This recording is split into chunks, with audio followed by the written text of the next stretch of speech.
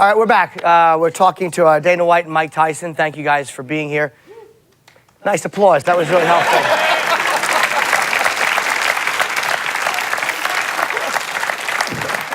You know, I've tried to do this a little differently. Like, I don't want it to be too TV-ish, but when I bring the guests back, you don't have to stare at us like uncomfortably, because that really made us all uncomfortable, I think. Did you ever, Mike, before you fought, did you ever have a regular, because I know you got involved in a lot of crime when you were a kid. Did you ever have like a legit job before you boxed or a regular? Never a day in my life. Never? Only thing I ever did legitimately and got paid for it for the first time was just boxing. Was your first job? Yes. And you were a bellman, which I was kind of amazed reading this, that you and the other guys would have an interesting way of settling tip disputes. Yeah. We used to go in the closet and beat the shit out of each other, yeah. That's a true story in Boston. Yeah, I used to work at the Boston Harbor Hotel. I was a bellman when I was 18, 19 years old. And yeah, Mike never worked at Subway or anything. Yeah. No way. I snatched some sandwiches, though. I snatched some sandwiches. What is box aerobics? Yeah, I did that too. Yeah. What is that? I used to teach boxing classes. You know, pretty much every fighter out there who is trying to make it does some sort of, you know, it pays the bills. Pays the bills. UFC gym, right? My wife trains in a UFC gym. Oh, really? Yeah, on Eastern. The one on Eastern. UFC. Do you really want your wife learning jiu-jitsu, though? I mean, that's... She loved it. She does, right? Yeah, she loved it. That's scary. What am I going to say, really? You got to say yes. What am I going to say? But I've had moments with girlfriends where literally, like, my ex-girlfriend, I fucked up one time and she caught me dirty texting someone else. And I'm like, if she knew jiu-jitsu, like, I knew she would have ripped my cock off. My wife said that. My wife said, I wish I could beat you. You know, if I could beat you, I would just, boom, just kick your ass and just, shut up. Do you think, why, there's times when she gets very frustrated with you? Well, I mean, I'm a very difficult guy to live with. I can't see that. Now, are you guys, both of you guys, are you strict with your kids, disciplinarian type guys, or are you kind of like, sometimes like, you know, fighters and stuff go the opposite way? I'm very conscious of my kids' conduct in society. You know, we live in this society where people are entitled, especially if a kid is fortunate enough to be in a position where he didn't come from a place like where I came from. You have to be very, very conscious because then we're in this generation of being entitled, and people have to know how to work hard. You know, no one's going to give you anything. There was no such thing as a free meal. You know, and I just want my kids to know that.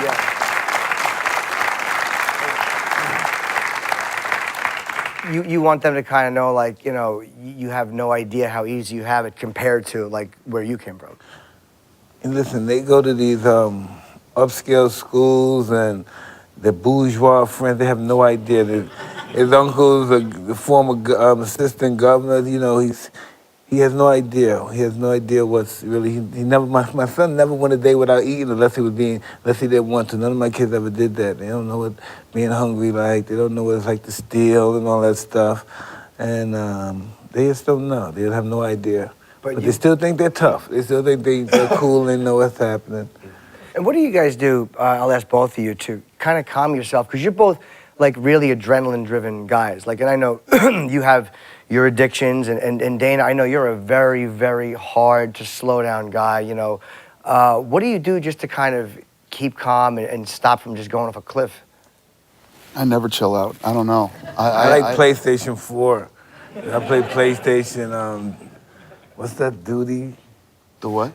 Call of Duty. Call of Duty. I like to kill the zombies. The zombies zombies are cool. So video games kind of centers you and, like, just kind of gets you out of your head a little bit? Well, you know, it's married, like I can't do nothing else. I go to my little playroom and I just hang out. Yeah, I wonder that about you too, because I know, like, you know, you're not doing, you know, you had some very extreme stuff, and, you know, the drugs and the sex and all of that stuff. So it's like, what do you do to fill the time? Because that takes up a lot of time, you know. And when you're not doing that, what do you do? I do my shows. You know, I go do these. I do my boxing shows. I do my Undisputed Truth shows. I'm getting ready to go to Saudi Arabia, do the show. Then go to Scandinavia, do the show. Then we're gonna go to Europe. We're gonna do that tour bit. Then I go do my meet and greet where I smile and talk to people. And, hey, guy, you know, and it's just all right, listen, Me and Jamie Foxx are gonna do a movie about me. Oh, really? Yeah.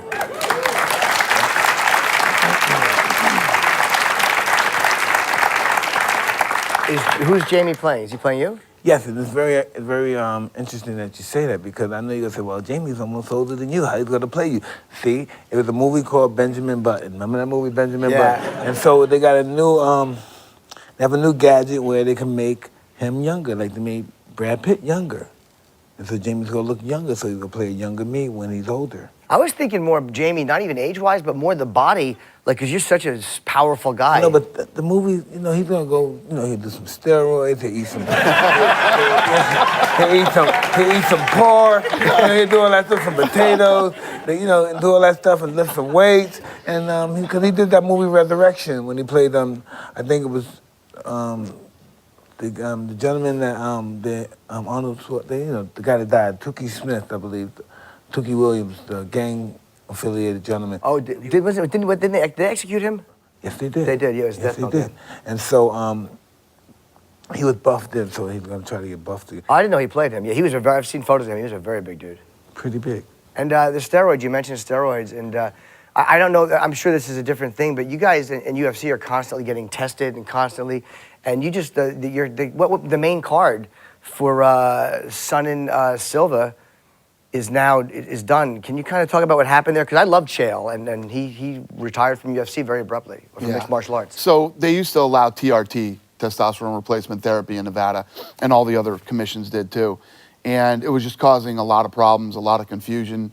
Guys were, they found this thing where if you're older, if you're like mine and Mike's age, you could, get the testosterone levels back up to a young male. And of course, if this much is good for you, guys always have the feeling, well, this must be great. Right. So guys were abusing it, and so they ended up making it illegal. They banned it.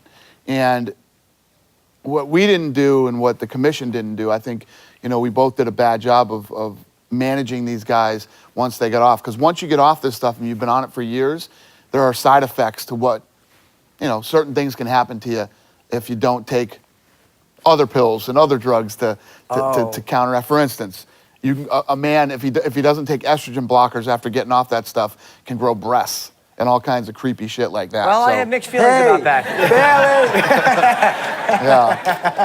Yeah. So that's what Chael Sonnen tested positive for, was estrogen blockers, and he was trying to get his wife pregnant, so he was on fertility medicine, and he just said, you know what, if I have to choose between my personal health and fighting, He's got to take the I'm health. going to choose my health. And Vanderlei, they went to... Vanderlei's a different story. The Nevada State Athletic Commission showed up to drug test Vanderlei, and he ran. So... And you don't mean metaphorically ran, you mean... He literally ran. He ran out the back door, jumped in his car and said he didn't speak English and drove away. And I've had many conversations with Vanderlei Silva. He speaks English. So... Wow, that's a trip. When I was fighting, I was always scared of the AIDS test. You know what I mean? I was like, nah, I ain't taking that fucking test. Ain't gonna be no fight. I ain't taking no damn test, fucking mother. I was with that prostitute last week. You crazy? My rubber broke. I ain't taking no damn test. Rubber broke? Yeah. Look, I'm impressed that you wore one. I just fucking threw them away. I'm like, yeah, if it's meant to be, because I like to gamble too, Come on, healthy.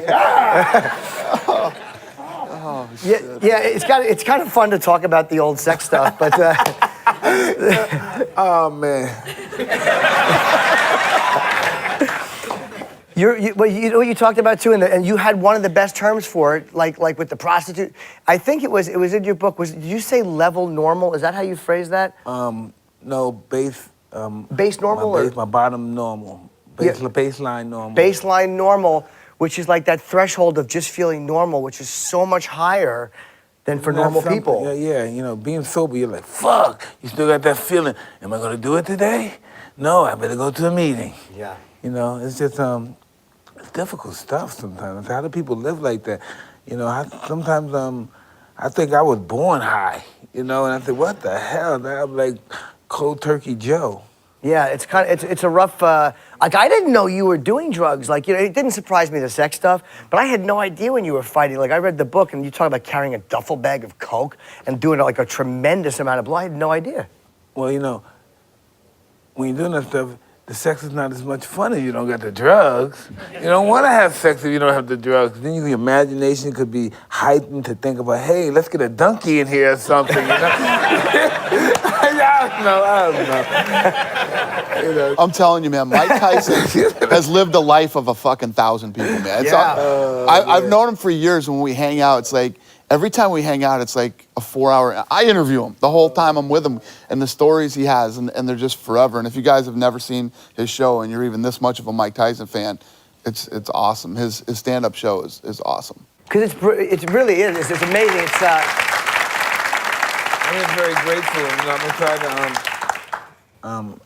I have a great deal of gratitude because there's no way I'm not supposed to be dead or with AIDS or with West Nile virus or whatever it is. I'm just holy shit. But it's honest, and that's the beauty of it. It's like you watch this and you never feel like, oh, someone's giving me the company line. It's like, wow, this guy is being so fucking truthful. Oh, it's insane.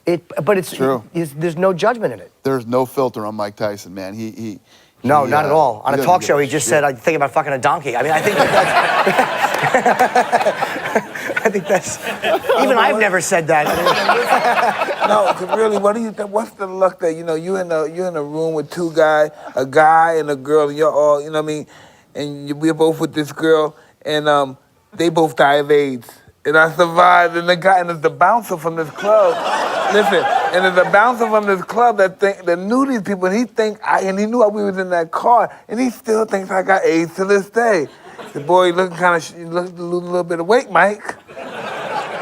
He said, that girl and Joe died of AIDS, right? I said, yeah, I heard. But So he thinks that you. Yeah, but I ducked that bullet, dude. Yeah. Ducked that bullet. I remember one time I was with a bullet ducker. Yeah, you're definitely a bullet ducker. I've ducked a few too. I mean, some of them have wound up on my back.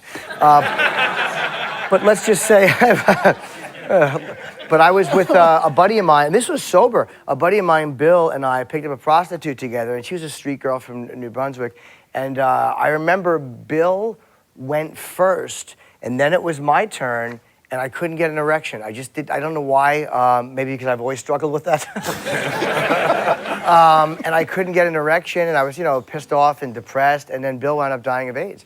And I look back like, wow, I'm not saying I would have gotten it, but like sometimes you realize like, wow, did I get lucky? And that's only Pretty one damn that sure you would have gotten it. Yeah, listen, guys like me and you, right? God's gonna leave us around and let our head kill us. Yeah. To let our mind, oh no. Yeah. That's why the best thing ever happened to me that I got married, because if I wasn't married, I would just have no boundaries. I'd be just hanging from the goddamn Tarzan cheetah thing. I don't know. Shoot. No boundaries. I'd probably be in a reality show. And not a good one. You mean one that's almost an exploited reality show that just... Big time with fucking, what is those things? What's those girls and things? Those Speedos or something, I missed that one. Yeah. I didn't see that show. Well, the thing about it is like, once you're not doing something, like I said, you fill the time with video games or other stuff. That's a high. Does your baseline normal drop a little bit? Like when you stop doing stuff, do you feel like, all right, I can breathe a little bit now. I don't have to do that to maintain just the feeling of being normal. Well, I'm reaching that level now, but sometimes you get anxiety, like, whoa, what's next? Your heart starts beating, you're looking around. God damn, what can I do? The whole objective is that I was just addicted to chaos. Being an addict, and that addict in you, what it wants to do, it wants you it wants to kill you or wants you to be miserable. It'd be happy with you being miserable, but the objective is to kill you. And I'm fighting that battle. I don't really want to go both ways. I don't want to be miserable, even though that's going to happen anyway. I'm just going to be a miserable son of a bitch. But isn't it weird, the stuff that doesn't kill you, like you said, that's God leaves it, it's going to be in our head. Like, I'm not going to die of getting hit by a bus or of AIDS. It's going to be because I throw myself off the GW bridge because I fucking bombed at the Comedy Cellar one night. Nobody loves me! Yeah. Nobody loves me! I'm going to die! Oh, I am valueless. This is fucking... That's real talk. Yeah, it's irrational, and it's irrational, but it doesn't matter if you know it. It's like it doesn't feel it in those moments. And then when those moments are gone, you're like, what the fuck was I thinking, like, why am I so nuts? Why am I not grateful? I don't know. It's hard to be grateful sometimes, 'cause, you know, we've been at darker places. This is a great place right now. You know, we're in the light right now. Yeah. You know what I mean? In order to enjoy the light, you have to be in that dark cellar sometimes. This is the light. We're here together, man. It doesn't get any better than this when you think about it. Yeah, I agree. I mean,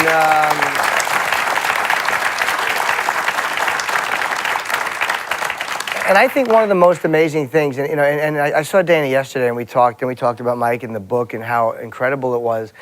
And there's a part in the end, like in the epilogue, where you talk about all these trials and tribulations, and then you talk about like just these negative feelings and feeling suicidal and self-hating, and the fact that you expose that, I was like, how many people in public life come out and say that stuff and just tell you, look, this is where it's at for me at times, and are you still getting those feelings, or have that kind of passed as you've hung in there for a little longer and being sober? Oh man, I still have those thoughts of feeling sorry for myself. I don't know how I'm gonna overcome that. How does that happen? I've been that way all my life, and I still succeed to do. I don't know. I don't know what that's all about. I have no idea what that's all about. You know, I just know as people, as we are as people, nobody's who they appear to be. Like, look at me. We're just not who we appear to be. You know. Well, you're a much sweeter guy, and it's odd, but like watching the one-man show, the humor, and like you made fun of yourself for saying a word wrong. I never would have made fun of you for that, but I mean, you made fun of yourself and I was like, it was such a great sense of humor, and it was like that was the part. And maybe as a heavyweight fighter, you can't show that when you're ready to do combat. You can't show that you're a funny, like loving guy. But I think that's my favorite part of you, like, since all this has happened, is like this other side of you that people get to see. I don't know, you know, like being a fighter, you know, then you're just so insecure because this is the only, even though you're successful and you're, you know, it's sensational what you do, most fighters are the most humble people in the world because they've gotten their ass kicked before. Right. You know, so they really know the aspect of being humble, you know, that this could happen no matter how good you are. This could possibly happen.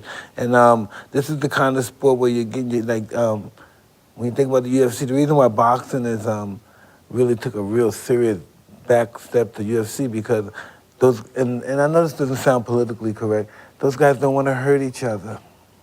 When you watch guys fight, they don't want to hurt each other. Floyd, they don't want to hurt each other. When you watch UFC, these guys want to hurt each other.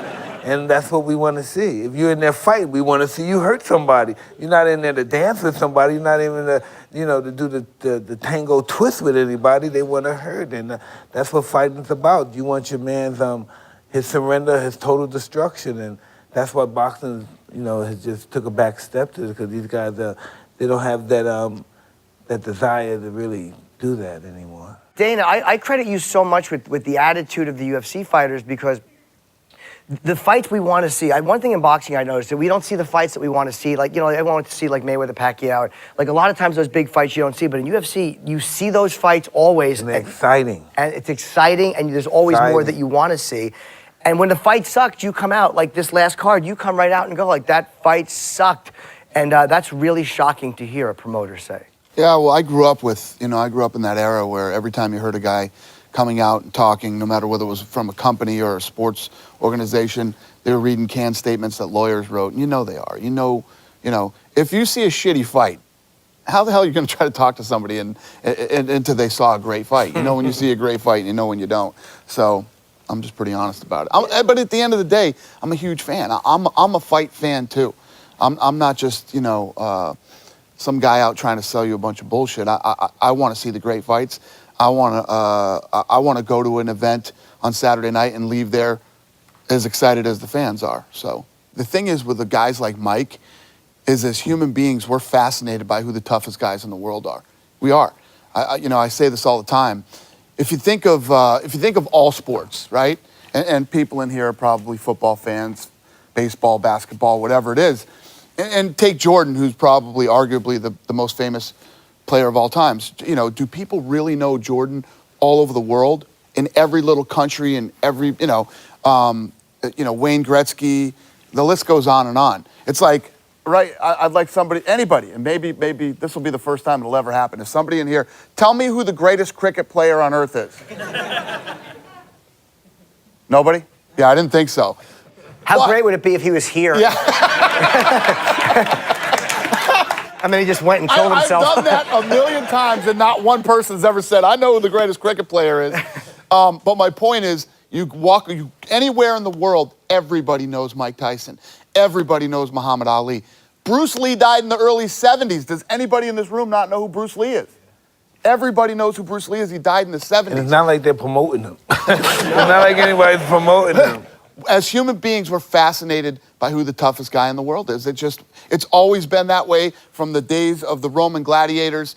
You know, I always have this thing where I say, I can throw all kinds of stats and bullshit at you about the UFC that's true and all these things, but here's something that I don't know if this is true, but it's what I truly believe, and it's what we built this company on. I believe that before a man threw a ball through a circle, before a man hit a ball with a stick, two men were put on this earth, somebody threw a punch, and whoever was standing around ran over and watched. Fighting is the first sport ever, and it will be the last sport ever. It'll be around till the day we die, till the earth no longer exists. Fighting will always be here. Yeah. But we love fighting. Fighting feels, even if you're fighting feels good. Even if you're in a losing battle and you're fighting, the fact that you're in there and you're fighting, it feels good that I'm doing this. See, I'm just the opposite. I think watching fighting is fun, but being a part of it sucks. It scares me. But it scares everybody. It scares everybody. I don't give a fuck who you are or what you do. When a fight breaks out, there's that holy shit, that nervous energy that takes over the room. And fighting is what really, everybody feels it. I don't care who you are. I would watch old footage of guys when they were fighting you, and it was like anybody is scared in a fight, I'm sure. I mean, sure you had your nerves when you were walking into the ring, but those guys like visibly looked frightened. And I'm watching these, and I know it's not gonna. Jim, I'm more frightened than them because they're bigger, and so my mind can play more tricks with me than theirs. But it's who can control it the best, who can control that feeling, and that's what the discipline comes in. It's all about discipline, The strongest guy don't win, the biggest guy don't win when you're at that level of boxing. When you're at the top level of the echelons of boxing, only the smartest guy wins. Well, did you hear George Foreman talk about Frazier? And he said that, and he destroyed Joe Frazier, but he was scared of him. And he said that his legs were shaking during the actual weigh-in, or the whatever they were scared of. If you're not in a fight, and if you're in a fight and you're not afraid, either you're absolutely insane. You have to be insane because there's a possibility you can get hurt. You got to be Mitch Blood Green, right? Oh, man. He was high. Or that. Yeah, he was high. Have you seen Mitch since the one-man show? Has he seen it? No, I haven't seen him. We don't know what Mitch is doing these days, The Mitch Blood Green story is the greatest story ever told. We hope Mitch is still around. Yeah. I love that story. The best. In your one-man show, you talk about, this guy might even show up, but, did he actually have you worried at one point because No, because listen, every time I'm somewhere, this guy's popping up. I'm in the hospital because of my car accident.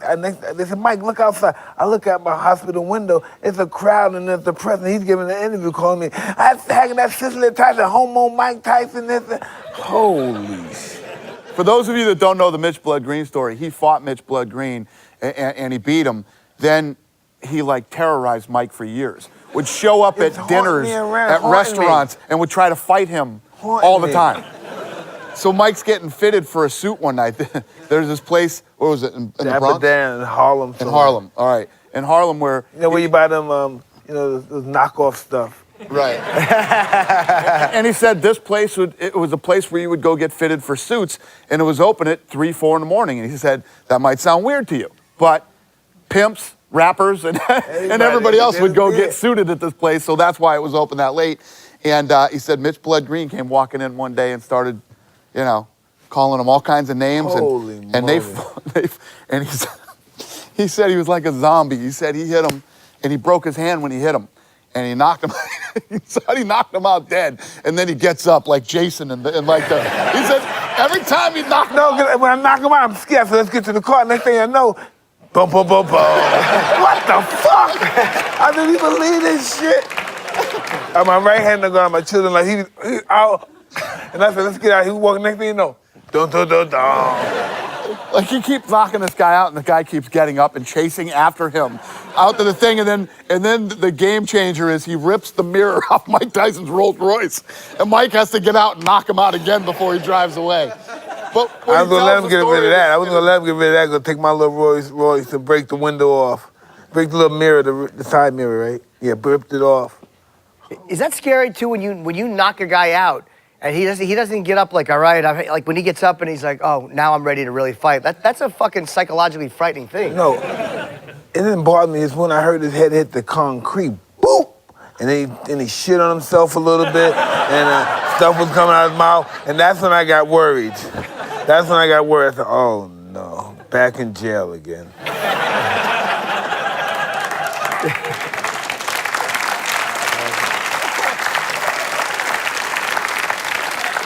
And how about Robin Gibb? Because in the one-man show and in the book, you talk a great deal about Robin, and it's really, really funny. Like, you know, we all remember the uncomfortable Barbara Walters interview where she threw you under the bus. And, I mean, that wasn't a bus. That was like a mega super train that we got in Vegas. You know, it threw me under my dumb ass. Just a dumb motherfucker. It's nothing. Getting caught up with these crazy ass women. Yeah, I mean, it's not. I wouldn't say it was dumb though. I mean, it's one of those things that any of us could get. It's like any of us, you know, just fighters like me and I really should. Just cut me out of this show. You have a cartoon. Could you talk about your cartoon? Because I had no idea this was happening. Yes, guys. Mike Tyson's Mysteries. It's like a takeoff. I'm serious. It's like a takeoff of Scooby-Doo. Remember Scooby-Doo and the gang? And instead of being a dog, the partner, I have a pigeon. It's really, listen, I think it's really good. I didn't think it was gonna be good. I was just gonna grab a little 10,000 every show. But when I saw it and I actually saw the footage and stuff, it was really exciting. You say 10,000 a show? I need a new fucking agent. That's very Where's nice. it airing? In October. In October, and now Adult Swim. So it'll be slight. It's pretty much documented for the stoners. You know, so it'll be a stoner demographic. And who I think all of Adult Swim is a stoner demographic. Like, I think if you're sober, you can't actually find the channel. So are you doing the voice of the pigeon, or who are you? No, I'm doing the voice of me. I'm in there too. Oh, okay, I didn't know. That was really a stupid question.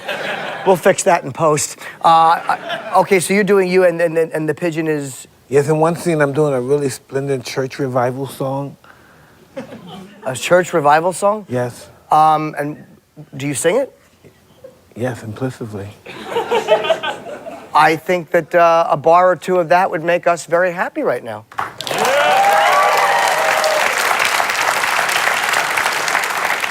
I kind of forgot the lines, you know.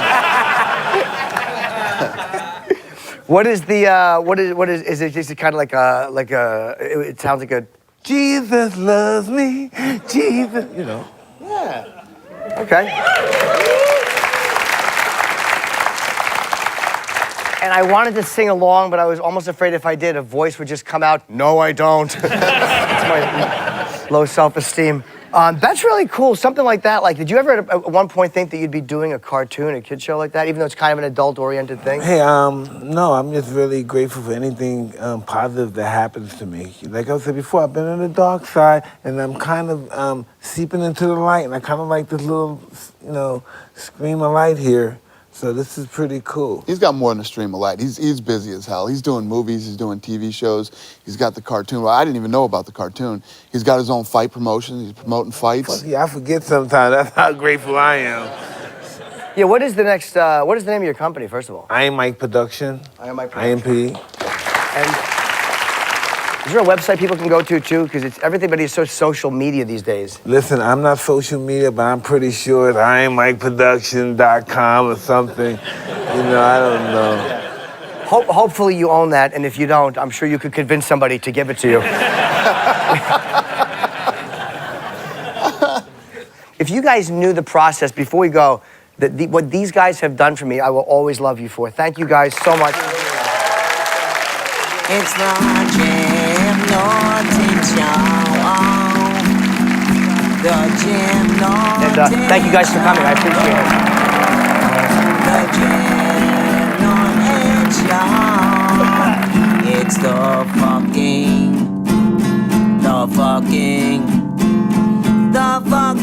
Jim Norton Show. It's the fucking Jim Norton Show. It's the Jim Norton show. The Jim fucking Norton show. It's the fucking Jim Norton fucking show.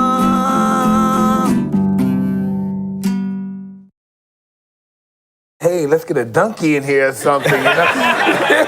I don't know.